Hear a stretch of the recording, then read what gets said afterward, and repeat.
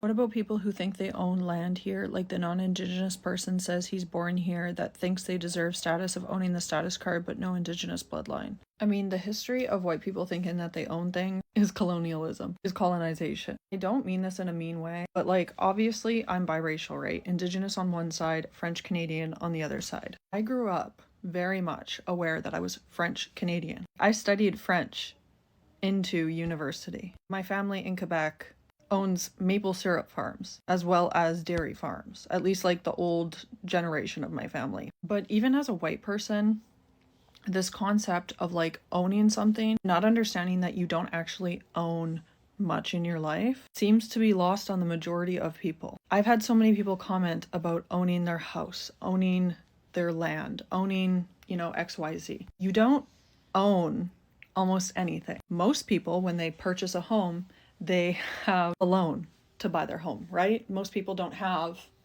hundreds of thousands of dollars. So they borrow from the bank. The bank owns your home. You're just simply paying back the loan. And even then, the land, when you buy a piece of land, you have to pay cash for the land, right? You can't use a loan to buy land, at least in Canada.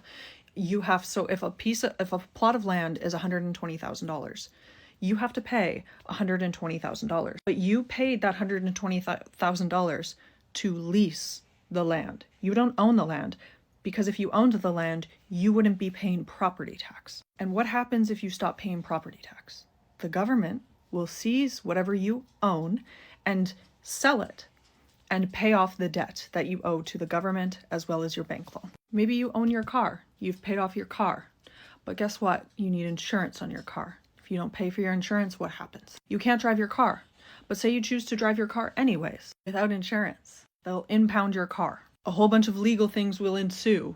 Regardless, at the end of the day, you're gonna have to have car insurance to drive your car. You're gonna be paying monthly to drive your car. This phone I have in my hand, I own this phone, right? If you've paid it off, you buy it, you bring in your own phone, but you still have to pay to use it, right? The concept of owning things has very much disintegrated. That is largely due to capitalism. Very few people have the ability to own digital copies of media. Why do you think I buy books? I buy books because this is something I own. I physically own this. I can hold this in my hand. And it's a very rare circumstance where I'm going to lose all of my books. But this to me is invaluable. I can buy this and have access to information. Why do you think when they come for things, what do they come for? They come for the books. They ban books because knowledge is power. Why do you think they try and rewrite history? Why do you think they whitewash history? The thing is even in studying Indigenous history, I'm studying it through the lens of white people. Indigenous people have been on North America, Turtle Island, right? When people talk about Turtle Island, that is North America. They have been here.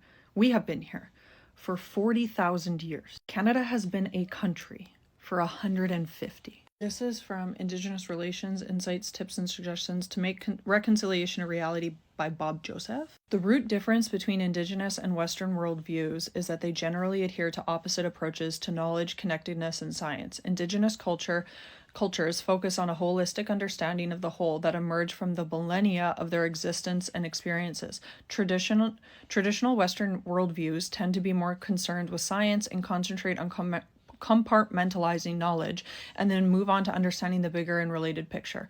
Indigenous people's worldviews are based on the circle, whereas Western worldviews are in pyramid form with humans at the top. In one, all living things are equal. In the other, there's hierarchy. The reason I have such a hard time right now with the conversation around immigrants into Canada, and there's a lot of Indigenous people who are talking about immigrants into Canada and saying it's a continuation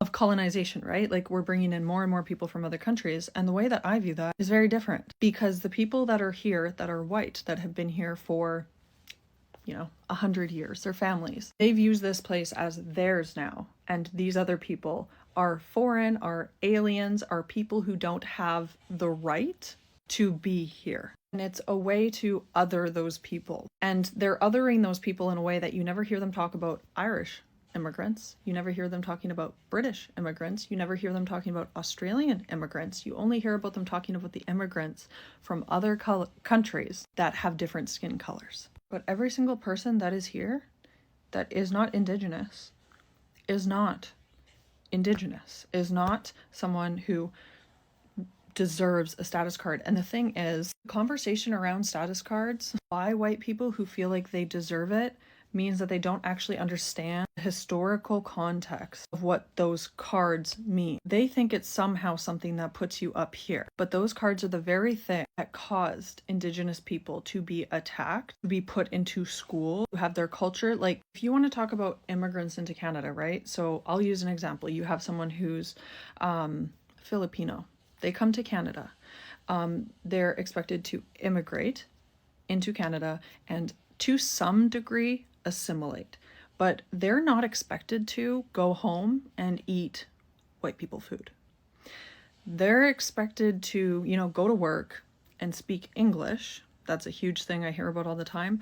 But when they go home, no one is telling them that they can't celebrate or practice their cultural heritage, or is going to put them in prison for gathering in groups of 3 or more. When we talk about prohibition and the legalization of things like, green plant, right? People were so for that, right? But when we talk about the prohibition of Indigenous people, they were banned from being in the presence of alcohol or consuming alcohol until the 80s. No one else, just them. Even in my own language, I like, you'll notice sometimes I switch from they to us.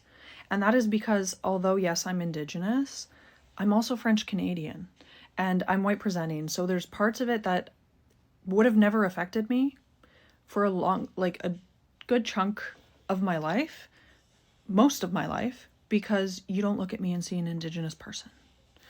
So if I was walking down the street, I most likely am not going to get racially profiled.